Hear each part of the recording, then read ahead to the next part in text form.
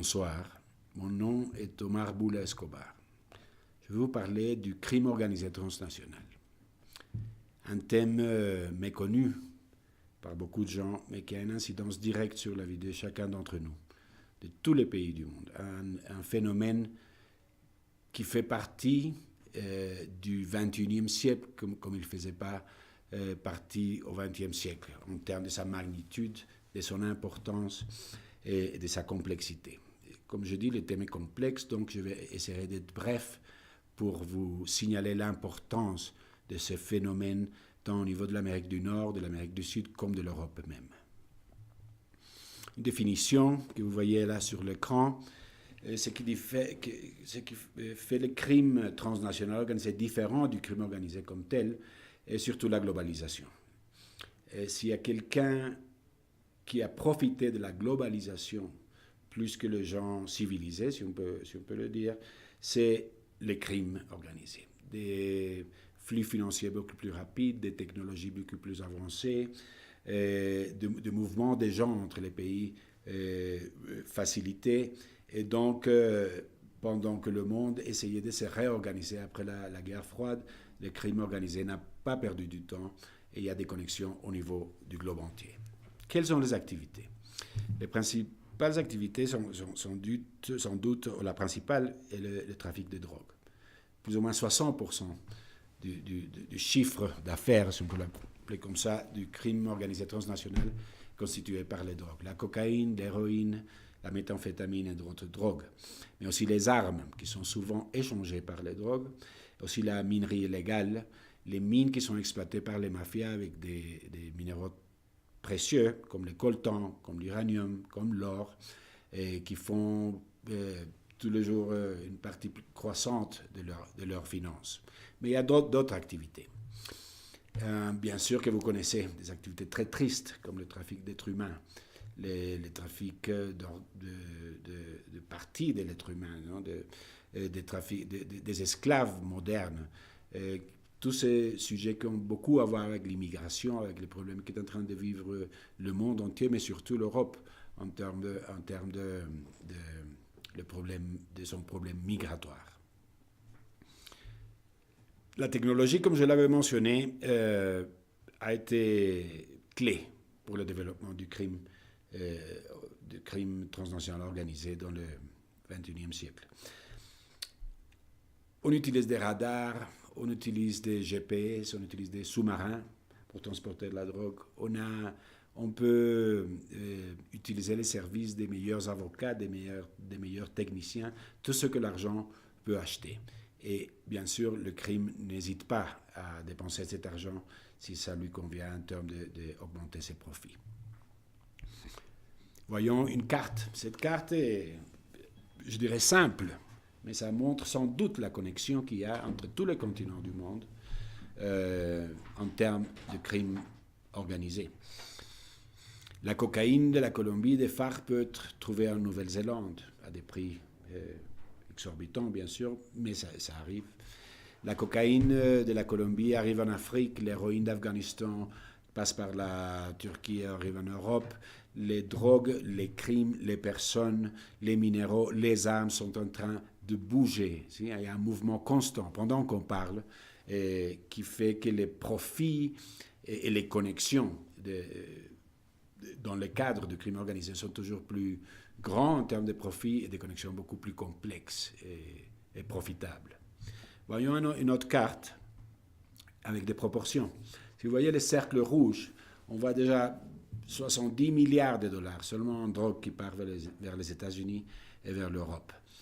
On va voir après ça les chiffres qui sont énormes en termes de le poids du crime organisé transnational dans les finances mondiales. Mais vous voyez déjà que d'autres types de trafic, comme le trafic de bois, comme le trafic, le contrebande, comme le trafic des personnes, comme j'avais mentionné, s'additionnent pour faire des milliards et des milliards de dollars, des budgets comparables à ceux de plusieurs pays mis ensemble. Comme vous voyez là, on parle de 2,1 trillions de dollars par an. Si on le met en perspective, et on prend par exemple la crise financière de 2008, où les États-Unis ont dû investir plus d'1 trillion de dollars pour une récupération économique, cela a été fait une seule fois. On parle dans le cadre du TOC en anglais, ou le crime organisé transnational, de 2,1 trillions par an, et cumulatif, pour qu'en plus le monde est en train de faire très peu à ces sujets. De ce chiffre, 322 milliards représente la proportion en drogue. On peut voir sans doute, si tu peux continuer, merci, les proportions avec d'autres graphiques. Mais vous voyez là les différents temps. Il y a un autre crime que je peux mentionner, c'est les espèces en voie d'extinction. Hier, je voyais à la télévision de centaines d'oiseaux tropicaux dans des valises qui étaient exportées. La moitié était morte, exportée vers l'Europe. Cela constitue une autre branche du crime organisé, aussi malheureuse que celle qui a à voir avec les êtres humains, bien sûr. La différence du paradigme actuel en termes d'organisation du crime organisé transnational, il n'est plus aussi hiérarchique qu'auparavant. Maintenant, le lien entre ces acteurs sont beaucoup plus complexes. Il y a eu une étude faite sur la familia michoacana au Mexique, et on voulait voir quelle structure elle avait, bien sûr, pour pouvoir l'attaquer de part des forces de l'ordre. Et on s'est rendu compte qu'il y avait plus le boss et les sous-boss, mais il y avait toutes de nouvelles connexions beaucoup plus complexes, je répète, qui en plus n'avaient pas nécessairement à voir avec les trafiquants eux-mêmes. Il y avait des politiciens, des banques, il y avait tous de nouveaux acteurs qu'on appelle aujourd'hui les joueurs gris. On va voir la diapositive suivante. Une de plus, merci. Oui, et après on peut aller après. Alors, maintenant, on sait toujours les gens qui sont bons et les mauvais, oui, les criminels et les autres. Cela a changé. Maintenant, il y a un mélange, qui fait qu'il y a ce qu'on appelle les joueurs gris. C'est qui ont un pied dans la légalité et l'autre pied dans l'illégalité. Et on parle ici des grandes corporations financières, des politiciens que malheureusement n'ont pas été assez fermes pour rester du côté de la démocratie et loin de tout ce qui a à voir avec le monde criminel. Si on peut aller avant, on voit de quelle manière ce qui est préoccupant et la manière dont le crime organisé transnational est en train de pénétrer les démocraties. Et cela est fait de manière systématique. On fait des pénétrations des institutions éducatives, les médias, une grande partie des médias leur appartiennent, les forces de l'ordre, de la police et bien sûr des liens, comme j'avais mentionné auparavant, avec les secteurs privés et les secteurs financiers. Mais finalement, ils prennent les États.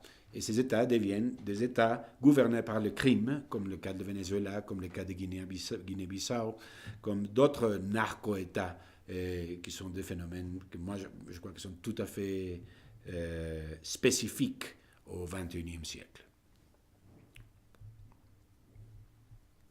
Un des nexus les plus préoccupants, sans doute, est le nexus qui s'est créé entre le crime et la terreur.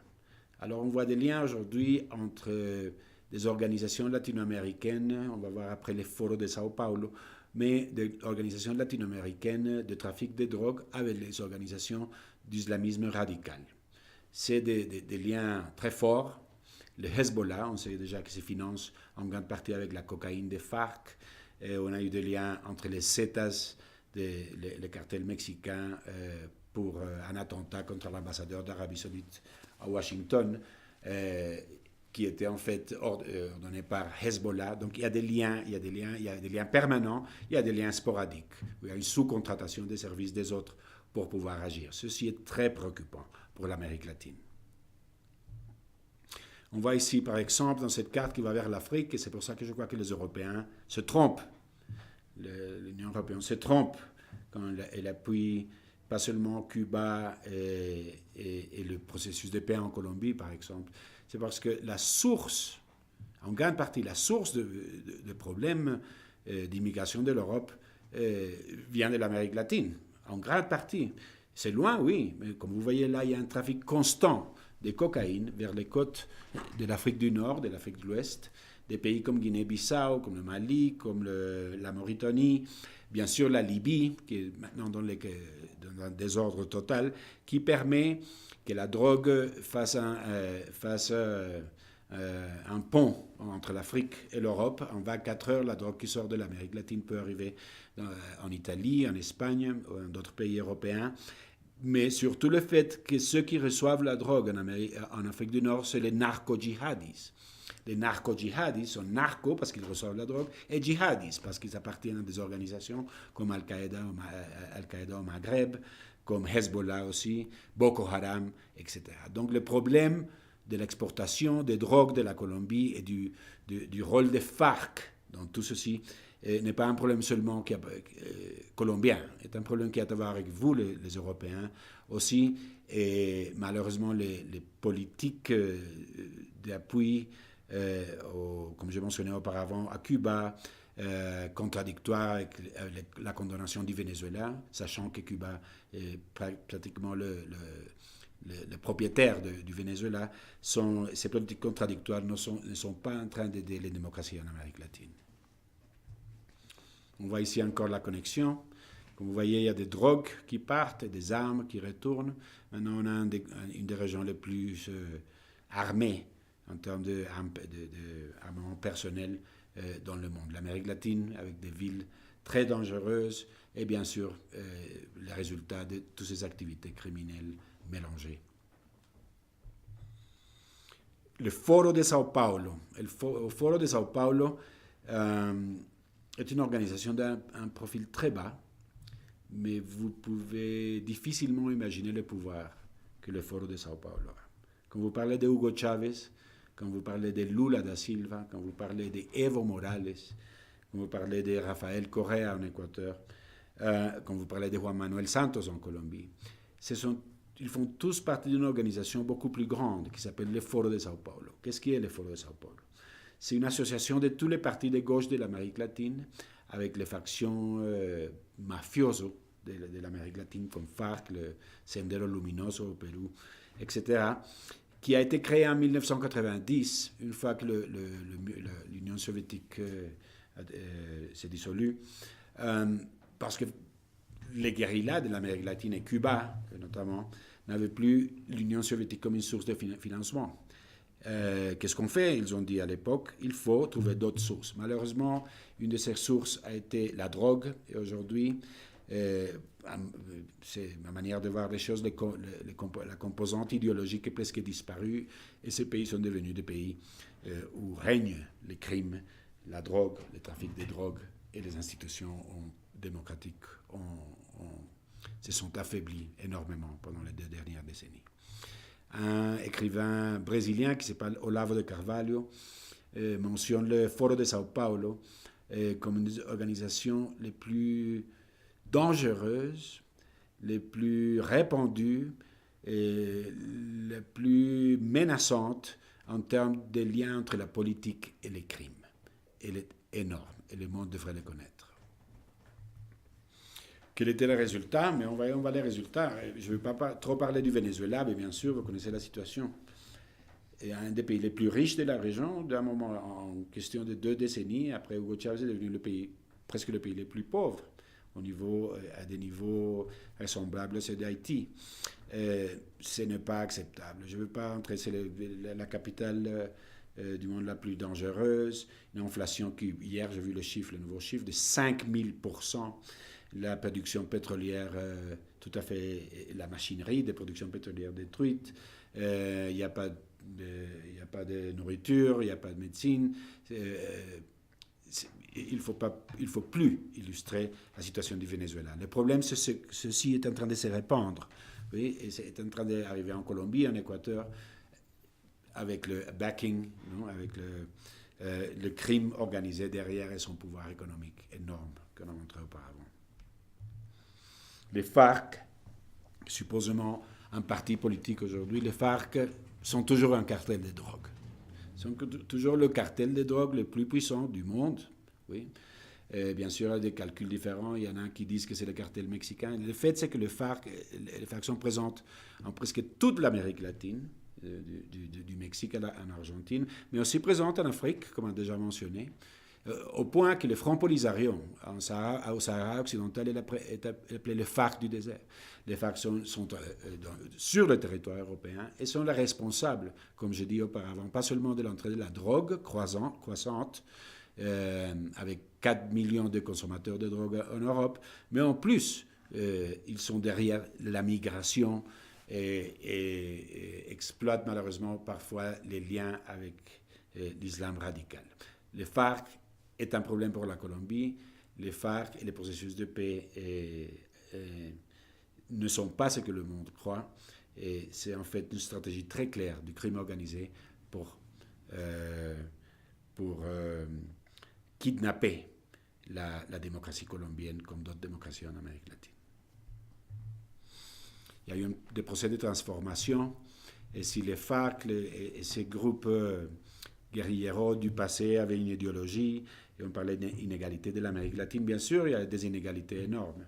Mais ce n'est pas le groupe, ce qu'on appelle supposément le socialisme ou le communisme qui va résoudre le problème, ou le Venezuela. Ça fait tout le contraire. Donc, il y a une transformation. Il faut comprendre que les FARC du XXe siècle ne sont pas les FARC d'aujourd'hui. Les FARC aujourd'hui sont carrément un cartel international de drogue. Rien de plus. En ce qui concerne l'Amérique latine, et parfois les gens, autour du monde, les gens se demandent pourquoi Donald Trump a mentionné le Venezuela comme un des ennemis des États-Unis, ensemble avec la Corée du Nord et l'Iran.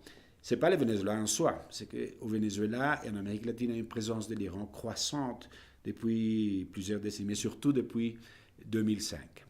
Déjà, à la fin du XXe siècle, en 1994, il y a des gens qui peuvent connaître le fait qu'il y a eu des bombes à un centre juif à Buenos Aires, pour lequel après un fiscal a été tué. L'Iran était intéressé sur les secrets nucléaires des Argentins qui exportaient de l'énergie nucléaire pacifique. Le fait, c'est que Hugo Chavez a finalement ouvert les portes de l'Amérique latine à l'Iran, au moment où l'Iran était encore sous les sanctions à cause de ses projets nucléaires. Et il y a eu de la recherche de l'uranium, elle a établi une présence, il y a même une base de missiles à Paraguaná, au Venezuela. Elle a établi les écoles qui font l'entraînement le training ce qu'on appelle les milicias bolivarianas. C'est ces gens qui se baladent en moto au Venezuela en train de faire de la répression au nom de l'État. L'Iran est ici. 40 000 agents iraniens ont été comptés en Amérique latine. En plus de ça, on voit du prosélytisme au sud du Mexique, au Chiapas, du prosélytisme au nord de la Colombie, au Venezuela, une présence croissante de Hezbollah, ce qu'on appelle la triple frontière, au sud du continent. Et, bien sûr, pendant que l'Amérique latine est beaucoup moins infestée du islamisme radical, je répète, islamisme radical, parce qu'il y a des islamistes qui ne sont pas radicaux, comme dans toutes les régions, il y a des radicaux, il y a qui ne le sont pas. Le phénomène est en train de croître. Et il faut faire très, très attention. Ici, on voit une carte de la présence seulement de FARC, Hezbollah et Al-Qaïda dans la région. C'est une omniprésence. Malheureusement, l'Amérique latine a été abandonnée par la communauté internationale avec ses rêves de Chavez de l'époque, où il y avait supposément une révolution en faveur de classes appauvries. Ce n'est pas le cas. C'est pas le cas. Le Venezuela est la preuve. Et ce qu'on voit aujourd'hui, malheureusement, c'est qu'on devient un continent plein de crimes, plein de drogues, et avec tous les jours moins de gouvernabilité, moins de démocratie.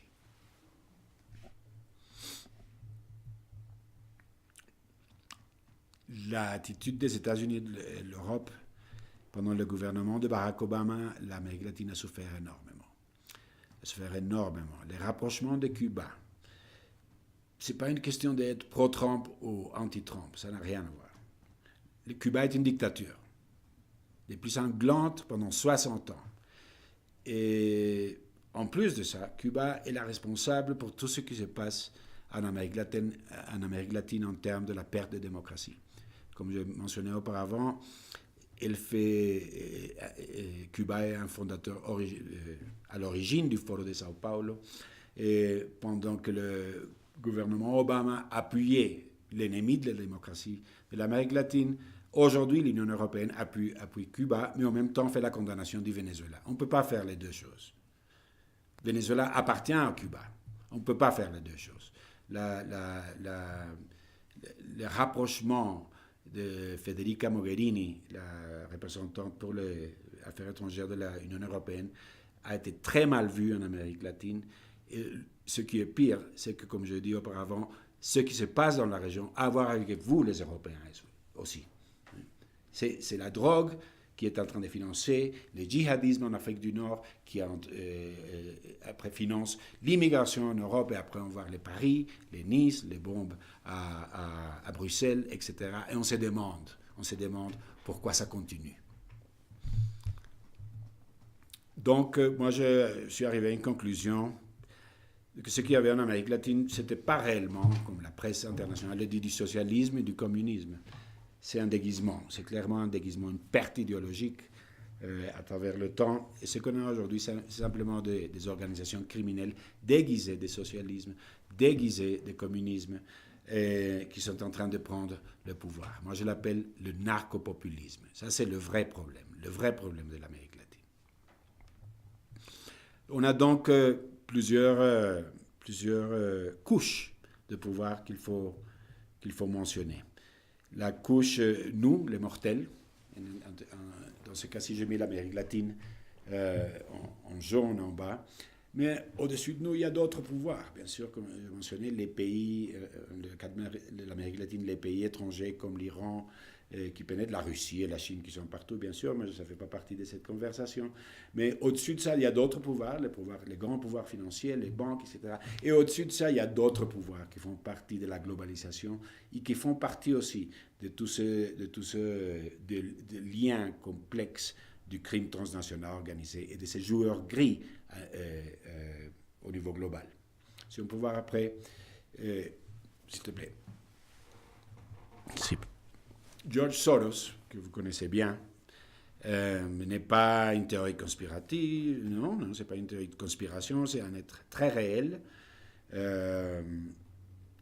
qui a déjà été, qui en fait est très présent en Europe. On le sait déjà en Hongrie, il y a déjà d'autres qui sont pleins de son influence croissante en Europe.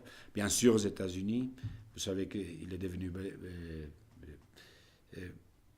l'ennemi principal de Donald Trump, et c'est celui qui finançait la campagne de Hillary Clinton. Mais il est aussi en Colombie, il est aussi en Amérique latine, il fonde des ONG partout, il intervient même dans le processus de vote, le processus électoral de la région, et malheureusement, sa présence n'est pas bienvenue en termes de la manutention de notre démocratie. Il y a dans toutes ces histoires de crimes organisés, de blanchiment d'argent, on sait que par exemple avec la paix en Colombie, il y a au moins, et ça c'est selon The Economist, 10 milliards de dollars qui sont perdus. Moi personnellement je dis que c'est beaucoup plus. En Colombie, et ça c'est une manière claire de pouvoir définir l'influence du crime organisé dans des cas de gouvernabilité comme en Colombie. Quel était le prix de la paix? Le prix de la paix, c'est de perdre des milliards de dollars blanchis en dollars, en plus d'avoir blanchi les crimes des criminels des FARC, mais ça c'est un thème qu'on peut toucher ailleurs. Le fait qu'il y a l'argent derrière, comme il y a derrière tout malheureusement, mais clairement c'est des montants d'argent aussi grands qui, je répète, définissent le sort et le futur de beaucoup de non-nations en Amérique latine, en Afrique et d'autres parties du monde. L'ère Trump a changé les choses, bien sûr. ceux qui m'écoutent pourraient dire, mais les pro-Trump, moi, je ne suis pas ni pro-Trump ni anti-Trump. Moi, je suis pro certaines politiques qui peuvent défendre notre démocratie. Et certainement, s'il y a une politique américaine qui mentionne le crime transnational organisé et le djihadisme comme des priorités, c'est des politiques que moi je considère comme convenables pour nos démocraties. Si on regarde le National Security Strategy, qui a été produite en décembre 2017, récemment, on voit avec deux flèches rouges, avec la flèche rouge pardon, que vous voyez là, le djihadisme et le transnational organized crime. C'est une priorité. C'est une priorité. Et c'est, comme je dis au début de l'émission, qui nous concerne tous les pays, et nous tous, notre sécurité. Et donc, on doit connaître les phénomènes plus pour pouvoir analyser et avoir des critères beaucoup plus clairs en termes de décisions qui sont en train d'être prises par les autorités, dans ce cas les autorités des affaires étrangères de la communauté européenne, de l'Union européenne. Pardon. Pour finir, ça c'est l'aéroport de Caracas, Venezuela. Ça c'est pas des gens vénézuéliens que vous voyez là. Il n'y a rien de mal de voir des gens d'autres cultures dans des aéroports à travers le monde. Malheureusement, ici, on sait qu'il y a déjà des groupes qui viennent du Moyen-Orient qui sont en train de s'établir dans la région. Donc, c'est le début d'un long processus que j'espère peut s'arrêter bientôt en termes de l'invasion de l'islam radical à l'Amérique latine. Finalement, ce n'était pas le but du début, c'est de faire de la propagande de mes livres. En plus, je n'ai rien en français, malheureusement. J'ai le Plan Maestro en espagnol, qui a décrit la situation qui venait il y a 4 ans. Ça se voyait venir. Et puis Watch Your Backyard en anglais, qui décrit en plus de détails les crimes organisés transnationaux et le djihadisme en Amérique latine et ce que ça a à voir avec le sort d'autres pays comme l'Amérique du Nord, le Canada et bien sûr l'Union européenne comme un tout. Merci beaucoup à tous. J'espère que ça n'a pas été trop long. Si vous voulez plus d'informations, n'hésitez pas à me contacter à Twitter, à Omar Boula. Je serai prêt à répondre à toutes vos questions. Merci beaucoup encore. Merci au El Nodo pour l'opportunité.